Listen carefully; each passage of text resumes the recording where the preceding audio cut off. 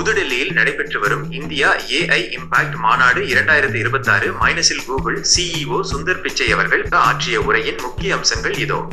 சுந்தர் பிச்சை அவர்கள் தனது உரையில் இந்தியா AI துறையில் உலகளவில் ஒரு தலைவராக உருவெடுத்து வருவதை பாராட்டியதுடன் கூகுள் நிறுவனத்தின் எதிர்கால திட்டங்கள் குறித்தும் விளக்கினார். சுந்தர் பிச்சையின் உரையில் இடம்பெற்ற முக்கிய புள்ளிகள். இந்தியாவின் AI புரட்சி. இந்தியா தற்போது டிஜிட்டல் புரட்சியிலிருந்து AI புரட்சிக்கு மிக வேகமாக மாறி வருகிறது. இந்திய ஸ்டார்ட் அப்கள் மற்றும் மென்பொருள் உருவாக்குநர்கள் உலகளாவிய தீர்வுகளை உருவாக்குவதில் முன்னணியில் உள்ளனர். மொழிக்கான AI ப்ராஜெக்ட் வர்ஷினி. கூகுள் நிறுவனம் இந்திய மொழிகளுக்காக செய்து வரும் பணிகளை பற்றி குறிப்பிட்டார். குறிப்பாக இணையத்தில் உள்ள தகவல்கள் அனைத்து இந்தியர்களுக்கும் அவர்களின் தாய்மொழியிலேயே கிடைப்பதை உறுதி செய்ய AI தொழில்நுட்பம் உதவும் என்றார்.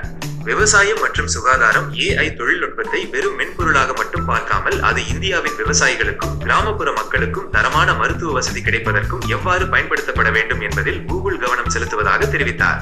பொறுப்பான AI ரெஸ்பான்சிபிள் AI. பிரதமர் மோடி குறிப்பிட்ட NEAIV கட்டமைப்பை வரவேற்ற அவர் AI வளர்ச்சியில் பாதுகாப்பு மற்றும் தனிமனித சுதந்திரம் மிக முக்கியம் என்று வலியுறுத்தினார்.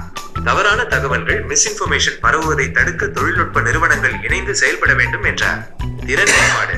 இந்தியாவில் உள்ள இளைஞர்களுக்கு AI தொழில்நுட்பத்தில் பயிற்சி அளிக்கவும் எதிர்கால வேலைவாய்ப்புகளுக்கு அவர்களை தயார் செய்யவும் கூகுள் தொடர்ந்து முதலீடு செய்யும் என்று உறுதியளித்தார்.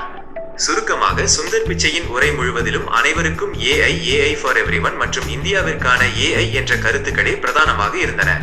கூகுள் நிறுவனம் இந்தியாவுடன் இணைந்து இந்த தொழில்நுட்ப பயணத்தை தொடரும் என்பதை அவர் மீண்டும் உறுதிப்படுத்தினார்.